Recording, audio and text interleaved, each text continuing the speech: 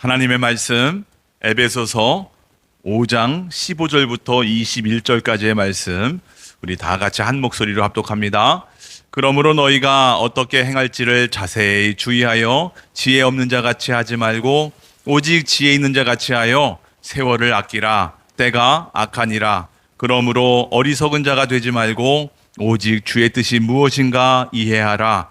술 취하지 말라. 이는 방탕한 것이니 오직 성령으로 충만함을 받으라. 시와 찬송과 신령한 노래들로 서로 화답하며 너희의 마음으로 주께 노래하며 찬송하며 범사에 우리 주 예수 그리스도의 이름으로 항상 아버지 하나님께 감사하며 그리스도를 경외함으로 피차 복종하라. 아멘. 오늘 본문의 말씀을 지난 2주에 걸쳐서 함께 나누었습니다. 그리고 오늘 세 번째 마지막 나누기를 원하는데요. 기억나세요? 지난 2주의 모든 말씀? 맞습니다. 하나님의 자녀는 지혜롭게 살아야 된다. 여러분, 근데 지혜롭게 산다는 게 뭡니까? 어떻게 하는 게 지혜롭게 사는 거예요? 두 가지로 제가 말씀을 드렸죠. 첫 번째는 뭡니까? 나를 향한 하나님의 계획을 발견하고 그의 뜻에 따라가는 사람. 다시 말하면 나를 향한 하나님께서 주신 어떤 비전이나 그 사명을 깨닫고 그의 뜻에 따라가는 사람들, 그런 사람들이 지혜롭다. 두 번째는 뭡니까? 그렇기 때문에 이런 사람들은 세월을 아낀다 그랬어요. 시간을 아낀다. 그 말은 지금 나에게 주어진 이 상황, 이것을 최상의 기회로 선용하는 사람이다. 무슨 말입니까? 누구에게나 공평하게 주어진 객관적인 시간, 하루 24시간, 1년 365일 이 시간들을 선용하여서 내게 가장 의미 있고 가치 있고 보람 있는 삶으로 그렇게 최상의 기회로 여기며 살아간다는 거예요. 크로노스의 시간을 선용해서 카이로스의 시간으로 사는 사람들, 바로 지혜로운 사람이다 이야기를 했죠. 근데 여기에 우리의 딜레마가 있습니다. 그래요. 내가 아무리 하나님의 자녀로서 이렇게 살고 싶다 하더라도 막상 살려고 하면 그렇게 살기가 쉽지 않다는 거예요. 우리 입장에서 보면 우리는 분명 놀라운 하나님의 사랑, 이 죄인을 그냥 내버려 두지 않고 살려주셨단 말이에요. 그 엄청난 사랑을 우리에게 베풀어 주셨으니까 그것을 깨달았어요. 우리가 그것을 알았어요. 그러니 우리가 조금이라도 그 하나님의 사랑과 은혜에 보답하고 싶고 주님을 더 사랑하고 싶고 주의 뜻에 더 순종하며 살고 싶은 마음이 얼마나 굴뚝 같습니까? 그런데 실제로 우리의 삶 속에서 그렇게 하나님의 뜻대로 살고자 순종하고자 몸부림쳐 봤는데, 그리고서 내 신앙생활의 뒤를 돌아보니까 하나님을 기쁘시게 하는 그런 순종의 삶보다는 오히려 하나님의 뜻보다는 내 뜻, 내 마음대로 또 세상이 가르쳐준 대로 살아가는 경우가 더 많았다는 것을 깨닫게 됩니다. 이런 것을 보면서 참 내가 얼마나 연약한지 너무 괴롭고 슬프기도 한 거죠. 여러분, 왜 그럴까요? 어째서 우리가 하나님의 자녀로서 그렇게 몸부림치며 하나님의 뜻대로 살고 싶은데 실제로는 그렇게 살지 못할까요?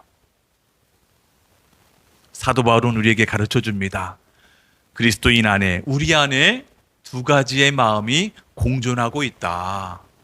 하나님 뜻대로 살고 싶은 선한 마음과 내 뜻대로 또 세상이 가르쳐 준 대로 살고 싶은 이 악한 마음이 내 안에 공존하고 있다는 거예요. 여러분과 저의 마음 속에 선과 악이 함께 있다는 거예요. 근데 문제는 뭡니까? 내 마음대로 하고 싶은 그 죄악된 마음이 더 크고 또 그것을 선택하는 경우가 많았다는 거죠. 그래서 사도 바울은 그런 자기를 발견하고 나는 참 비참해요. 너무 비참합니다. 라고 고백하지 않을 수가 없었습니다. 여러분, 참 아이러니하지 않습니까? 하나님의 놀라운 사랑과 은혜를 우리가 듬뿍 받았잖아요. 그러면 행복에 겨워서 살아야 되는 우리네 인생인데 실제로 내 삶 속에서는 나 너무 비참해요. 나 너무 괴로워요. 라고 고백하고 있으니 얼마나 어처구니 없는 일입니까? 그러나 여러분, 걱정하지 마십시오. 하나님이 이런 연약한 우리를 너무나도 잘 알고 계셔서 하나님이 미리 준비하신 게 있었습니다. 뭐였습니까? 우리 주님께서 해결하기 위해서 준비하신 게 뭐였습니까? 바로 성령이었어요. 성령. 자, 주님의 곁에 성령님인데 18절입니다. 우리 지난주 나눈 말씀 우리 다 같이 읽어보겠습니다. 시작. 술 취하지 말라. 이는 방탕한 것이니 오직 성령으로 충만함을 받으라. 오직 성령으로 충만하라. 여러분이 성령 충만의 정확한 의미가 뭐라 그랬죠? 성령님의 지배를 받으라. 성령님의 지배를 받는 것이야말로 우리가 사는 유일한 소망이라고 하는 거예요. 여러분, 다시 말하지만 우리 스스로는 내 생각과 내 판단으로 하나님의 뜻이 무엇인지, 나를 향한 하나님의 계획이 무엇인지를 알 수가 없습니다. 그러니까 나의 비전, 나의 사명은 내 스스로 알 수가 없다는 거예요. 또 안다고 해도 그렇게 살아갈 수 있는 힘이 없습니다. 그렇게 해서 우리 주님이 준비하신 방법이 뭐라고요? 하나님의 영, 성령님이 예수 믿는 모든 하나님의 자녀들 그 마음속에 내주하셔서 그 자녀들을 통치하시고 다스려 주셔서 하나님의 뜻을 발견하게 하시고 또 그의 뜻에 따라 순종하며 살게 하신 거라는 거예요. 오직 성령으로 충만함을 받으라. 여러분, 이 말씀이 우리에게 소망이에요. 유일한 대안이라는 겁니다. 그렇기 때문에 우리가 이 말씀을 잘 보셔야 됩니다. 보세요. 이 말씀에 우리가 하나님의 자녀답게 살기 위한 지혜가 듬뿍 담겨 있어요. 과연 어떤 의미겠습니까? 네 가지로 말씀을 드릴 수 있는데요. 첫 번째, 오직이라는 단어에 우리가 주목을 해야 됩니다. 다시 말씀드리지만 내가 하나님의 뜻을 알고 순종할 수 있는 능력이 없다 그랬어요. 오직 성령 충만 외에는 다른 대안이 없다는 거예요. 그러니까 다시 말하면 본문에서는 성령 외에 다른 어떤 것으로도 지배당하면 안 된다고 계속해서 강조하고 있지 않았습니까? 술의 지배를 받지 말아라. 술의 지배를 받지 말라고 하는 것은 술뿐만이 아니에요. 세상적인 것, 물질적인 것, 또 내 욕심, 정욕에 지배를 당하지 말아라 라고 하는 말씀이라는 거예요. 만약에 이런 것들에 우리가 지배를 당하게 되면 방탕해진다. 무질서해지고 또 무절제해지고 낭비하고 허비하게 된다는 거죠. 그래서 우리 하나님의 자녀들은 다른 방법은 없습니다. 오직 성령 충만, 유일한 대안이고 소망이라는 거예요. 우리 주님만이 나를 다스릴 때 내가 하나님의 뜻을 발견하고 그의 뜻에 따라 살아갈 수 있다는 겁니다. 자, 그게 바로 이 오직. 두 번째는 어떤 겁니까? 한 번만 성령 충만해라 라고 말씀하는 게 아니라는 거예요. 매 순간마다 계속해서 성령 충만을 사모하라는 거예요. 무슨 말이냐면 우리는 조금이라도 내 안에 계신 성령님과 관계가 서먹서먹해지면, 조금이라도 관계가 멀어지게 되면 곧바로 다른 것들의 지배를 당하기 일쑤라는 거예요. 그러니까 우리는 끊임없이 성령님을 사모하고 찾고 부르고 갈망해야 된다는 겁니다. 세 번째로는 이 성령 충만이라고 하는 것은 어떤 한 개인에게만 주시는 말씀이 아니에요. 사역자, 지도자, 목회자에게만 주시는 것이 아니라 모든 그리스도인, 너희는 모든 성령으로 충만함을 받으라. 이 말은 곧 하나님의 자녀라면 누구라도 예외 없이 모든 그리스도인에게 해당되는 말씀이라는 거예요. 근데요, 어떤 사람들은 다른 누가 나를 지배하는 게 싫어. 그래서 여러분 성령님의 지배를 받으십시오, 성령님의 다스림을 받으십시오 라고 하면 별로 원치 않아요. 왜? 내 삶은 내가 이끌고 싶지 누구에게 지배받고 싶지 않다는 거예요. 여러분, 그러나 오늘 본문에서 보세요. 오직 성령으로 충만함을 받으라. 성령님이 주도권을 갖고 계신 거예요. 주도권은 내가 아니라요, 우리 성령님이 주인이신 거예요. 그러니까 성령께서 내 마음을, 내 삶을 온전히 다스리실 수 있도록 내 모든 것들을 내어 드리는 것, 이것이 바로 성령 충만함이라고 하는 거예요. 마지막, 이 말씀에 어떤 의미가 있을까요? 여러분, 이 말씀을 잘 보세요. 오직 성령으로 충만함을 받으라. 여러분, 내가 성령으로 충만하게 채우겠습니다 라고 하는 그 주도권이 나에게 있는 것이 아니라 성령으로 충만함을 받으라. 성령님이 계속해서 주도권을 갖고 계시는 거예요. 우리 입장에서 보면 수동적이라고 하는 거예요. 내가 내 마음에 성령을 채우는 것이 아니라 성령에 의해서 가득 채워지게 하라는 거죠. 그만큼 성령님이 내 삶의 주인으로서, 왕으로서 여러분과 저를 다스리시기를 원한다는 거예요.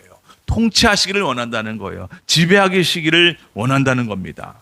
또 내 입장에서 보면, 다시 말씀드리지만 몇 번이고 강조하지만, 성령 충만만이 우리 인생의 유일한 해답이고 소망일 수밖에 없어요. 그러니 성령님을 갈망할 수밖에 없다는 거예요. 왜? 나 혼자 이렇게 노력해봤어요. 내 혼자의 지혜와 지식으로, 힘과 능력으로 열심히 하나님의 말씀에 순종하고자 했지만 안 되는 거구나, 불순종할 수밖에 없구나 라고 하는 것을 우리가 뼈저리게 깨달았으니까,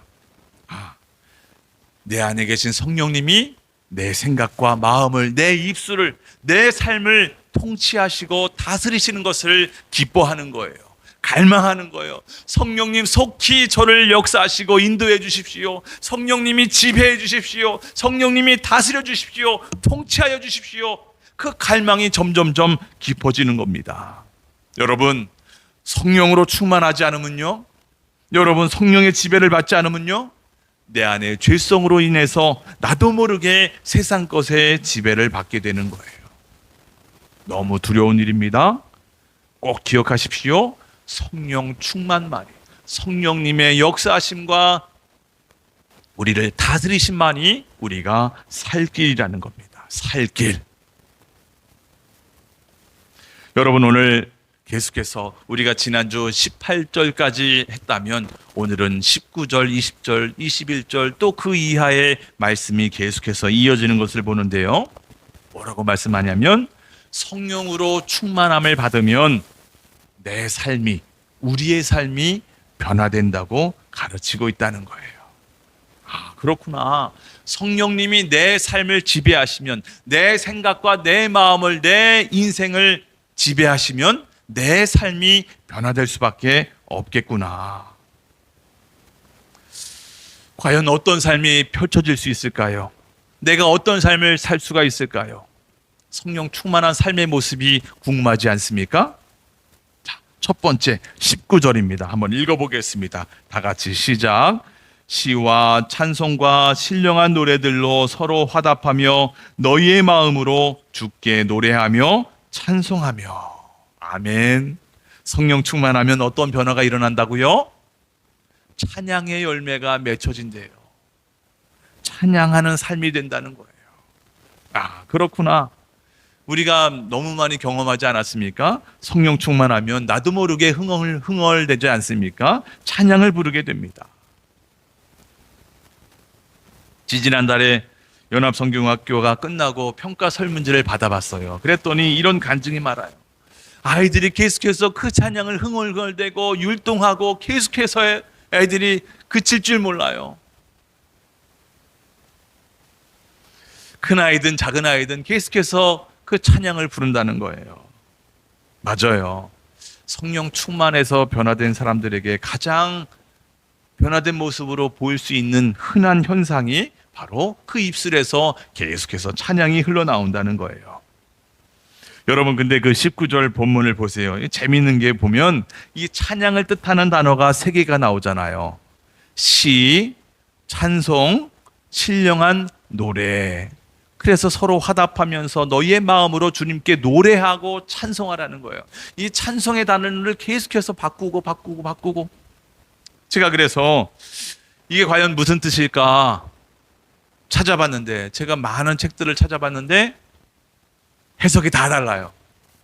시는 이런 뜻이고 찬송은 이런 뜻이고 신령한 노래는 이런 뜻입니다. 다 달라요. 정확한 의미를 알면 좋겠지만 몰라도 됩니다. 그냥 이렇게만 이해하면 될 것 같아요. 성령 충만하면 이 모양 저 모양의 찬양을 드리게 된다. 찬양을 드릴 수 있다는 거죠. 각양각색의 수많은 이런저런 찬양을 드릴 수 있다. 그렇지요. 어떤 사람은 찬송가를 부르기도 하고요. 어떤 사람은 복음성가, 어떤 사람은 CCM, 어떤 사람은 성가곡을 또 찬양곡을 부르지 않습니까? 그 마음대로 우리가 고백할 수 있는 거 맞아요. 어떤 찬양은 어떻습니까? 예? 어떤 스타일의 찬양이면 어때요? 우리가 진실하게 최선을 다해 부르는 게 중요하지 않습니까?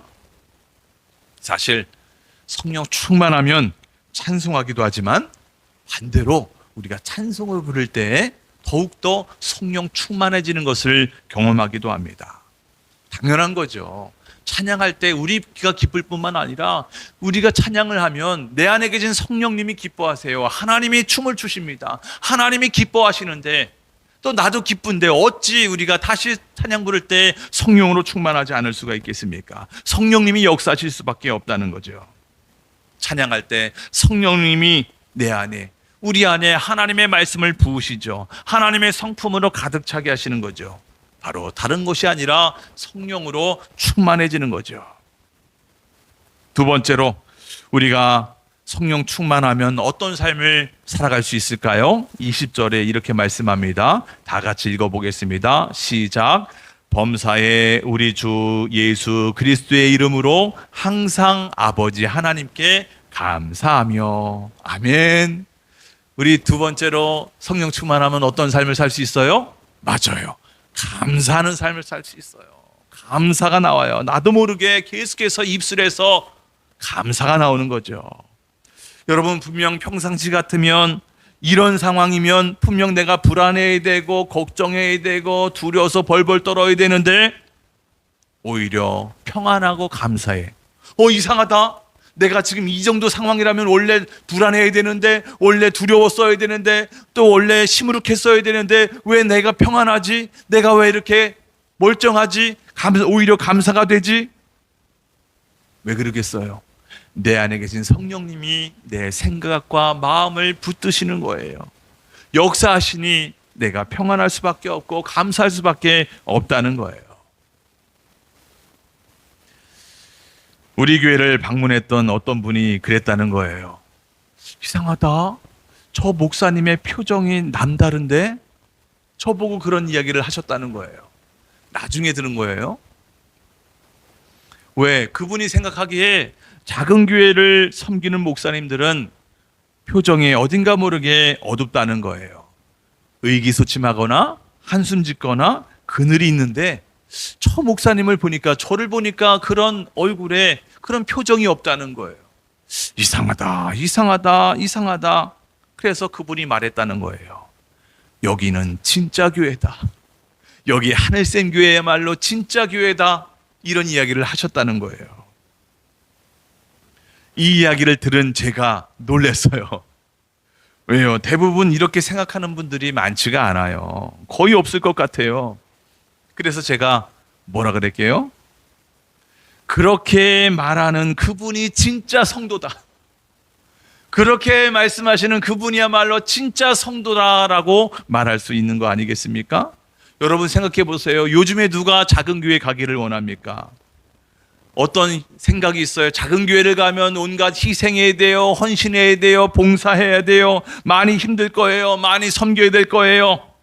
나 그러기 싫은데 오히려 대접만 받고 싶고 섬김만 받고 싶은 게 요즘 세태 아니겠습니까? 그래서 요즘 시설이 많이 있고 많은 봉사자들이 있고 많은 사역자들이 있고 좋은 설교가 있고 좋은 예배가 있고 많은 악기들과 좋은 시설들이 있어서 시원하고 편안하고 안락하고 내 자녀들을 마음껏 맡길 수 있는 아주 각양각색의 그런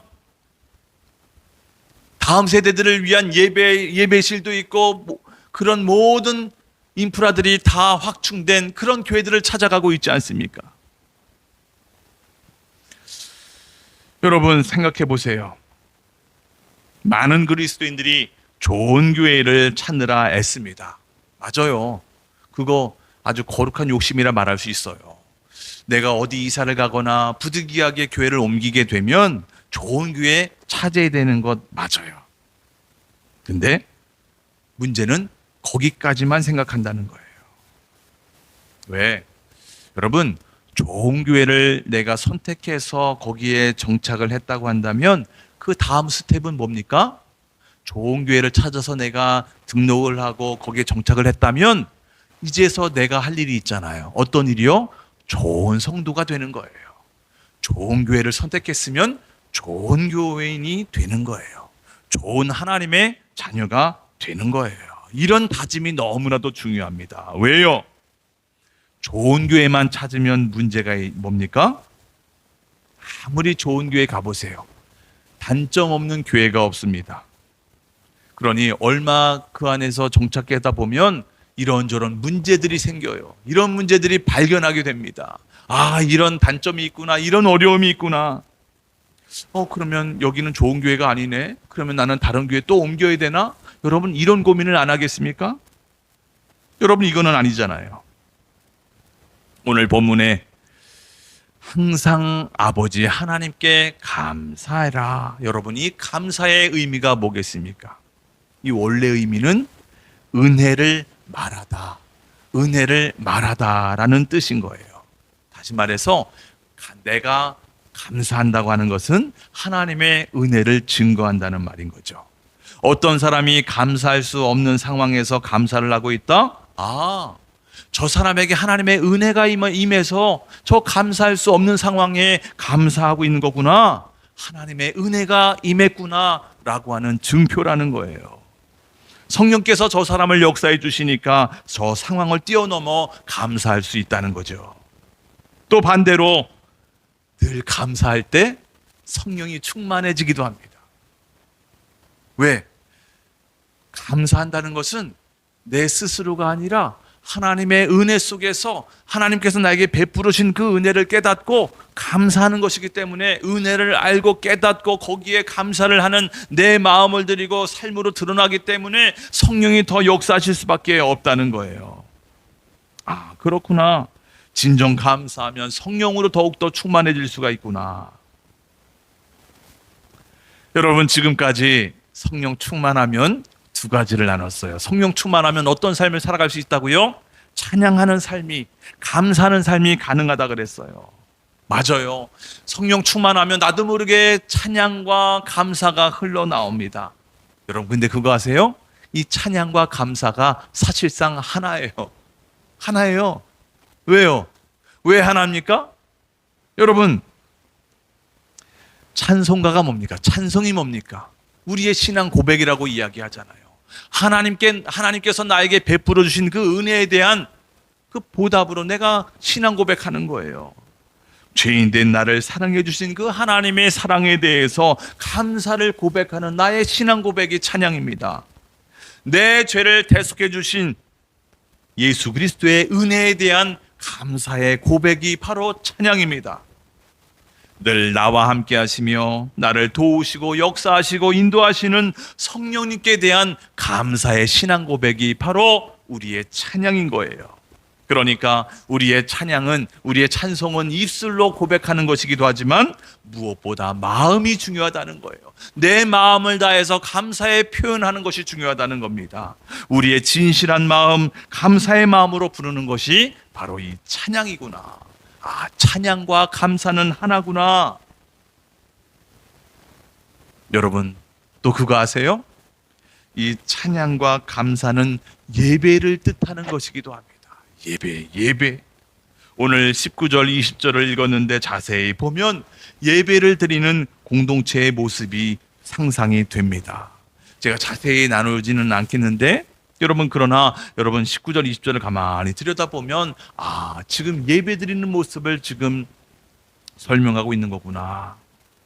그러니까 성령 충만하면 주님을 예배하고 싶어진다는 거예요.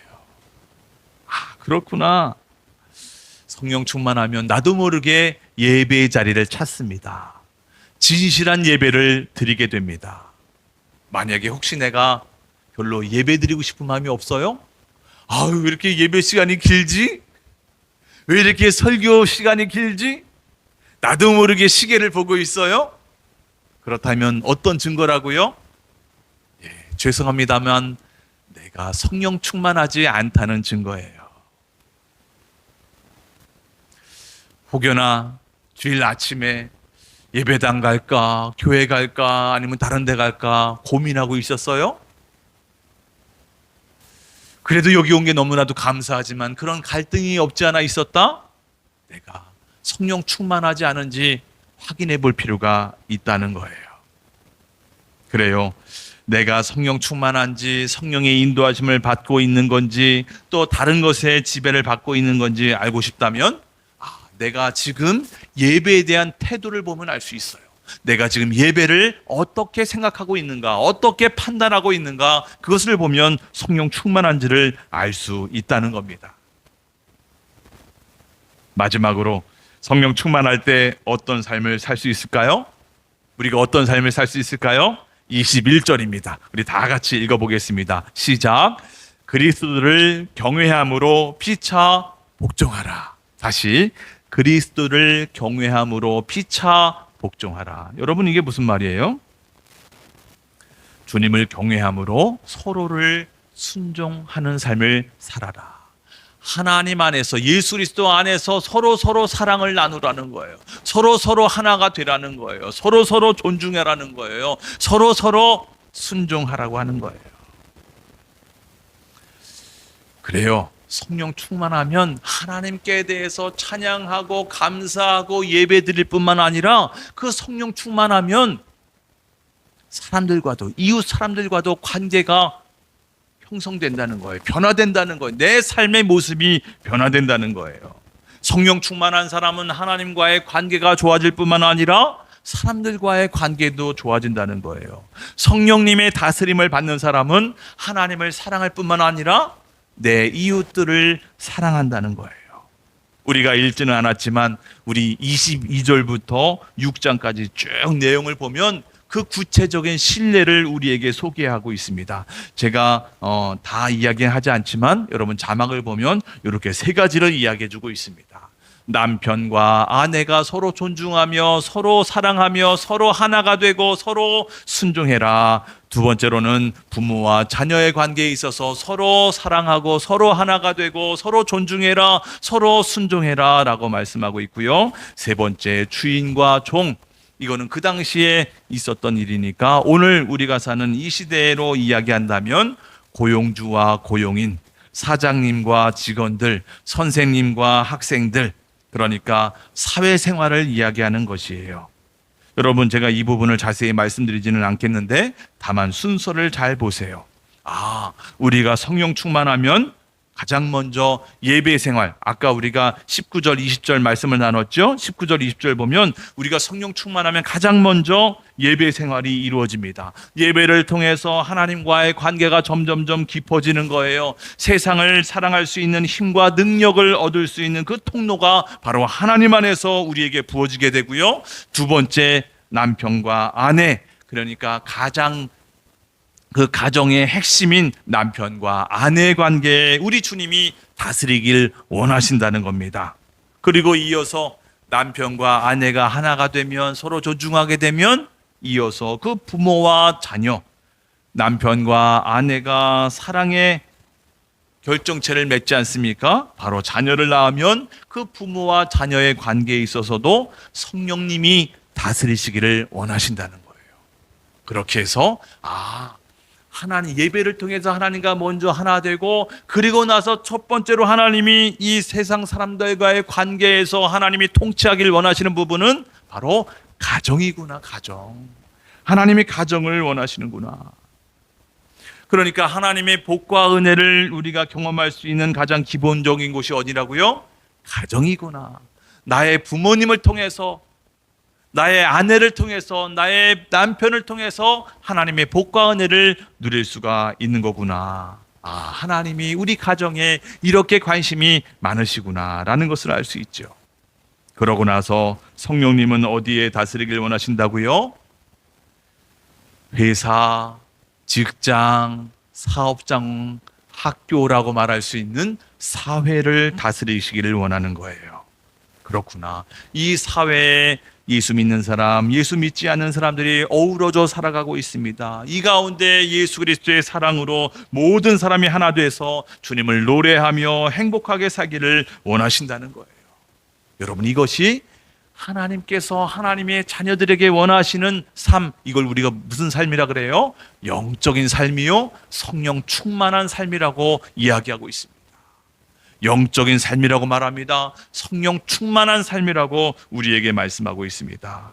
여러분, 다시 말씀드려요. 성령 충만한 삶이라고 해서 내가 교회 안에서만 예배 잘 드리고 봉사 열심히 하는 것, 그것만이 성령 충만한 삶이 아니라 과연 내 가정 안에서, 내 직장 안에서, 사업장 안에서, 내가 다니는 그 학교 안에서, 내가 사회생활하면서 수많은 사람들을 만나서 내가 어떤 관계를 맺고 있는가, 나를 통해서 그 단체가, 그 사회가, 그 학교가, 그 친구들이, 그 반이 하나님의 사랑으로 하나 되고 충만해지고 기쁨으로 가득해지고 우리 주님이 나를 통해서 그 안에를 통치하기를 원하신다는 거예요. 여러분, 지금 주일 예배를 통해서 주님의 사랑과 은혜를 체험하고 있습니까? 더욱더 성령으로 충만해지는 이 귀한 시간 되길 주의 이름으로 축복합니다. 더 나아가서 우리가 이제 가정으로 나아가서 복의 통로로서 그 가정이, 나의 가정이, 우리의 가정이 하나님의 사랑으로 하나 되게 하는데 서로 존중하며 서로 존경하며 서로 순종하는 가운데 하나님의 사랑이 싹 트는 그런 가정으로 세워지길 주의 이름으로 축복합니다. 내가 그 밑거름이 되길 원합니다. 내가 그 복의 통로가 되기를 원합니다. 이제 마지막으로 내가 속한 학교로 갑니다. 사업장으로 갑니다. 또 직장으로 갑니다. 그곳에서 주의 사랑을 나누는 복의 통로자가 되길 원합니다. 여러분을 통해서 우리 성령께서 그 직장, 사업장, 이 사회를 통치하실 때에 주님께서 기뻐하시는 이 아름다운 사회가 될 줄 믿습니다. 여러분과 저의 신앙생활이 주의 기쁨 되고 주의 은혜를 더욱더 충만하게 하고 성령으로 가득한 우리의 인생 되길 주의 이름으로 축복합니다.